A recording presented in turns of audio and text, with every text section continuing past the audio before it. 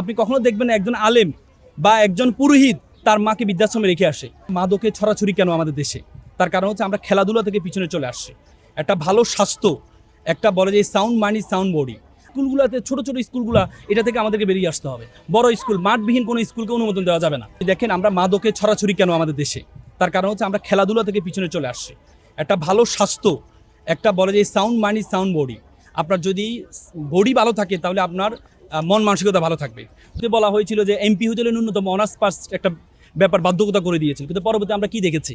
আমাদের এখন যারা এমপিতে দাঁড়িয়েছেন তার মধ্যে 50% আছে যারা হচ্ছে আপনার এই ইন্টার পাস করতে পারেনি, যারা অনার্সে যেতে পারে না। তো যারা এমপি হবে তারাই তো আইন প্রণয়ন করবে, তারাই তো সংসদে যাবে। এরা আইন প্রণয়ন করে গিয়ে আমাদের শিক্ষা সংস্কার করবে। এটা আসলে আমি মনে করি যদি একটা শিক্ষিত মেধাবী নৈতিকতা সম্পূর্ণ লোকজন যদি সংসদে যায় তাহলে তারা সেভাবে এই দেশটাকে শিক্ষা সংস্কারের ক্ষেত্রে সবচেয়ে বেশি পদক্ষেপ নিতে পারবে। কিন্তু আমরা সেই পদক্ষেপ আমরা মনে করি, আমরা আশা করি যে যারা নতুন সরকার করবে এই নতুন বাংলাদেশের, কারণ এবারের ইলেকশন কিন্তু আমাদের শুধুমাত্র একটা ইলেকশন না, এবারে ইলেকশন আমাদের দেশকে আগামী দেশ কোন দিকে যাবে, আগামী দেশটা কিভাবে সুন্দর হবে সেটার জন্য এবার ইলেকশন। তো সেই ইলেকশনে পরবর্তী যে সরকার আসবে উদ্যত আহ্বান জানাবো যে আমাদের একটা ইনক্লুসিভ একটা শিক্ষা ব্যবস্থা, যেখানে ধর্মীয় শিক্ষার সমন্বয়ে আমাদের শিক্ষা ব্যবস্থাটা যদি চালু করা যায় তাহলে হচ্ছে আমাদের সন্তানরা কখনো তার মা বাবাকে হত্যা করবে না, হত্যার দায়ে এই কারাগারে যাবে না। তার সন্তানরা কখনো মা বাবার, আজকে আমাদের দেশে বৃদ্ধাশ্রম বেড়ে গিয়েছে, কেন গিয়েছে? শুধুমাত্র ধর্মীয় জ্ঞানের অভাবের কারণে। জীবনের সব আয়োজন এখানে একসাথে। আপনি কখনো দেখবেন একজন আলেম বা একজন পুরোহিত তার মাকে বৃদ্ধাশ্রমে রেখে আসে। বরং সাধারণ জেনারেল শিক্ষিত, আমি যতগুলো বৃদ্ধাশ্রমে গিয়েছি বেশিরভাগ বৃদ্ধাশ্রমে তারা আছেন, তার ছেলে বিসিএস ক্যাডার, তার ছেলে বড় ডাক্তার, কিন্তু মা বাবাকে বৃদ্ধাশ্রমে রেখে আসছে।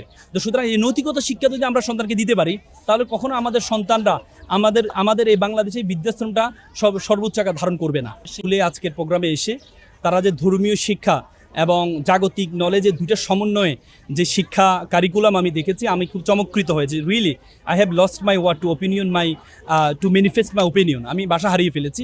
আমি আশা করছি এই স্পোর্টস খেলাধুলা, আপনি দেখেন আমরা মাদকে ছড়াছড়ি কেন আমাদের দেশে? তার কারণ হচ্ছে আমরা খেলাধুলা থেকে পিছনে চলে আসছি। একটা ভালো স্বাস্থ্য, একটা বলে যে sound mind is sound body. আপনার যদি বডি ভালো থাকে তাহলে আপনার মন মানসিকতা ভালো থাকবে। তো সুতরাং স্পোর্টসের মাধ্যমে মন মানসিকতা, আগে আমরা ছোটোবেলা দেখতাম আমাদেরকে জোর করে মাঠ থেকে উঠানো হইতো, আর এখন সন্তানদেরকে জোর করে মাঠে নামাইতে হয়। কারণ হচ্ছে আমরা মোবাইল পেয়েছি, আমরা সবাই মোবাইলের দিকে ঝুঁকে গিয়েছি। এখন আর মাঠে যাই না আমরা।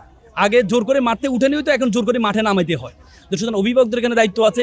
স্কুলগুলো ছোটো ছোটো খুপড়ির মধ্যে স্কুল, এই স্কুলগুলোর প্যাটার্ন পরিবর্তন করতে হবে।